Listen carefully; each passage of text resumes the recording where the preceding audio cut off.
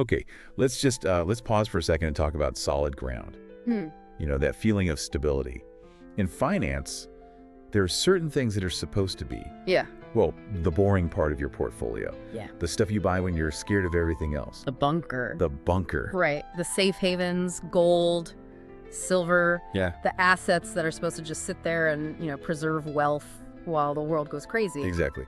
But if you're watching the markets this week, we're talking February 5th and 6th, 2026, you probably felt like that bunker just turned into a roller coaster. I mean, we are talking about a week where silver, the metal we make coins out of, decided to act like a volatile tech stock. It was a staggering move. We saw silver plummet by 10%. In a single session. And that is not a typo. 10%. 10% in one day. That's not normal behavior for a shiny rock.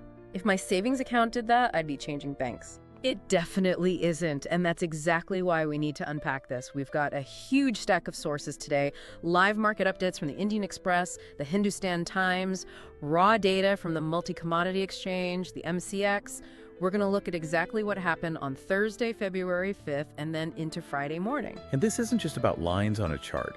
This is a story that connects the US dollar, a global sell-off in tech stocks, and, believe it or not, the price of wedding jewelry in Chennai. It's all interconnected in ways that are actually quite counterintuitive. So if you're holding gold, or thinking about buying silver, or just trying to figure out why the financial news is screaming, this deep dive is for you. Let's get into it. Let's do it. Okay, so take us to the scene of the crime, Thursday, February 5th. I want to understand the scale of this. What did it actually look like? It was a bloodbath. I mean, there's really no other way to put it. If you look at the spot markets in the national capital, silver crashed by roughly 30,300 rupees per kilogram. 30,000 rupees. Just gone. From every kilo. That's the price of a smartphone just evaporated. Gone.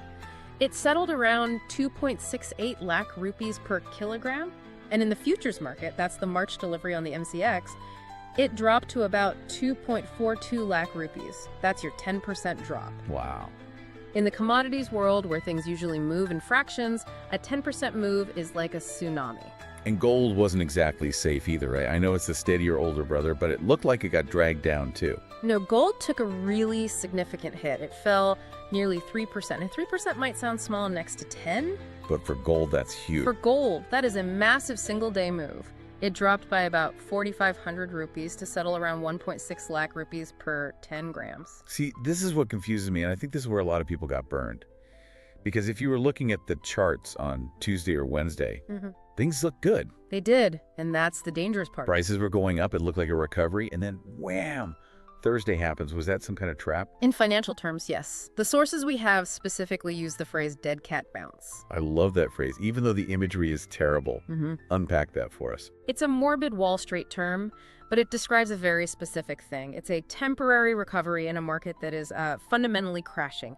The idea is that even a dead cat will bounce if you drop it from a great enough height. That is incredibly graphic. It is, but it sticks in your head. See, Tuesday and Wednesday saw this sharp rebound. Prices had been sliding.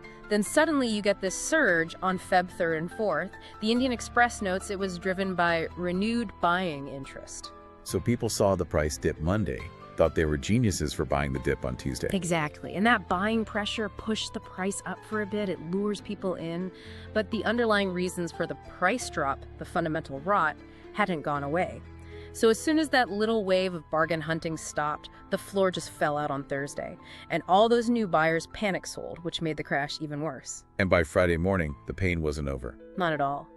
The MCX gold opened down another 0.71%, and globally, silver was trading at about $70.25 an ounce, which was down about 8.5% from its previous close. It's just relentless. Okay, so we know what happened.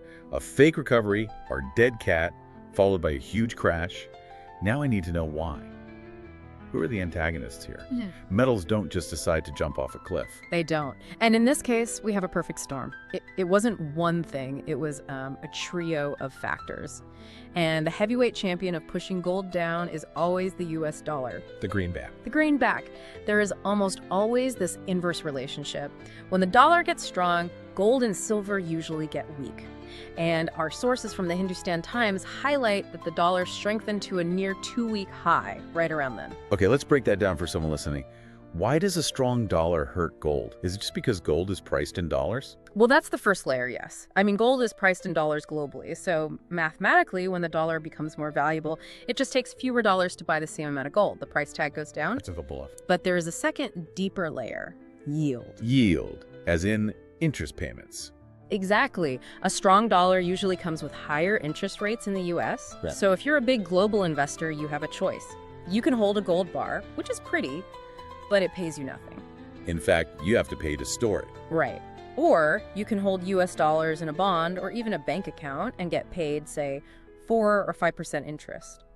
When the dollar is strong and rates are high, the opportunity cost of holding gold goes way up. So investors just think, why am I holding this dead rock when I could hold dollars and make guaranteed money? Precisely. But the sources also mention something about tech stocks, which seems weird. What does Apple crashing have to do with my silver coins? Yeah, that's the part that stood out to me. Yeah. The sources say a global rout in tech equities. A rout. A rout is panic selling. And you'd think, logically, if risky tech stocks are crashing, people would run to gold, right? That's the whole safe haven idea. Stocks scary, gold safe. That's the rule. Yeah. Usually, yes. But when a sell-off is this aggressive, you get what's called a liquidity crunch. A liquidity crunch. Break that down. Okay, imagine you are a big hedge fund. You're loaded up on tech stocks. Suddenly the market turns. You're losing billions. Your broker calls you with a margin call.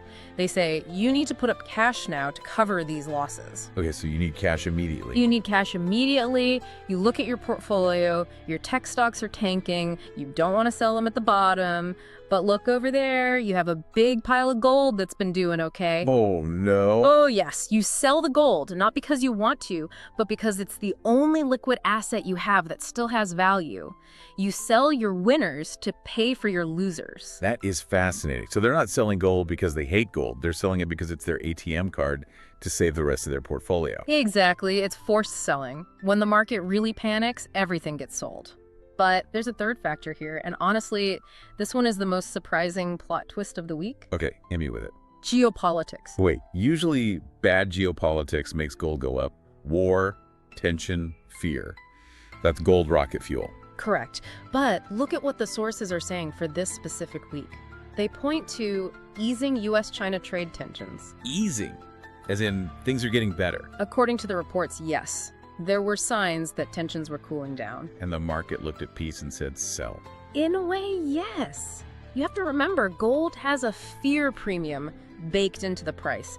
People buy it as insurance against the world falling apart. Right. If the world feels a little safer, if trade between the two biggest superpowers looks stable, large investors feel less need to hoard that insurance. So the risk-off trade unwinds. They take that money out of the bunker and put it back into other assets. That is wildly ironic. Peace breaks out and your silver portfolio crashes. It's the paradox of the metals market. And to top it all off, we have to mention profit booking. Ah, yes. Taking the money and running. Remember that dead cat bounce on Tuesday and Wednesday? Yeah.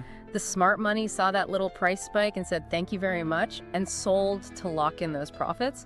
That rush to sell just accelerated the crash on Thursday. So, a perfect storm. The dollar punching from one side, tech losses forcing people to sell, peace breaking out, removing the safety net, and then traders cashing out all at once. No wonder it dropped 10%. Okay, let's bring this down to earth. Because while we're talking about global hedge funds, someone listening just wants to know, can I afford to buy a necklace for my cousin's wedding in Chennai? And that is a very specific and very expensive question right now. Yeah, the price disparity across India really stood out to me. You'd think gold is gold, right? But the price you pay really depends on where you are. Absolutely. The global context sets the baseline COMEX gold dip below $4,800 an ounce. Global silver is struggling around $70. But in India, the local spot market adds its own flavor. And the floor in Chennai is apparently expensive. It really is. On Friday morning, while the MCX futures were trading around 1.5 lakh rupees, the physical spot price in Chennai for 24-karat gold was the highest in the country. It was hitting 15,621 rupees per gram. That is way higher than other cities. It is. Compare that to Mumbai, Kolkata, or Bengaluru. They were all hovering around the same price of roughly 15,441 rupees per gram. So Chennai is nearly 200 rupees more per gram. If you're buying a heavy bridal set, that adds up fast. Why? The source specifically cites wedding demand. Of course. The great Indian wedding. It defies all market logic. It's a powerful economic force. See, the futures market is paper gold. It reacts instantly to global signals. But the spot market in Chennai, that is physical. That is driven by a father who needs to buy a necklace for a wedding happening next week. Right. He doesn't care about the US dollar index. He cares that the wedding is on Tuesday. Exactly. His demand is inelastic. He has to buy. So even if the global price crashes, the local jeweler in Chennai knows the demand is there, so the price stays sticky. It creates this premium. So if you're in Chennai, maybe take a train to Bengaluru to buy your gold. It's not the worst idea. Now, for the person walking into a jewelry store, aren't usually buying 24-karat bars, right? It's too soft. Correct. 24-karat is pure gold, mostly for investment.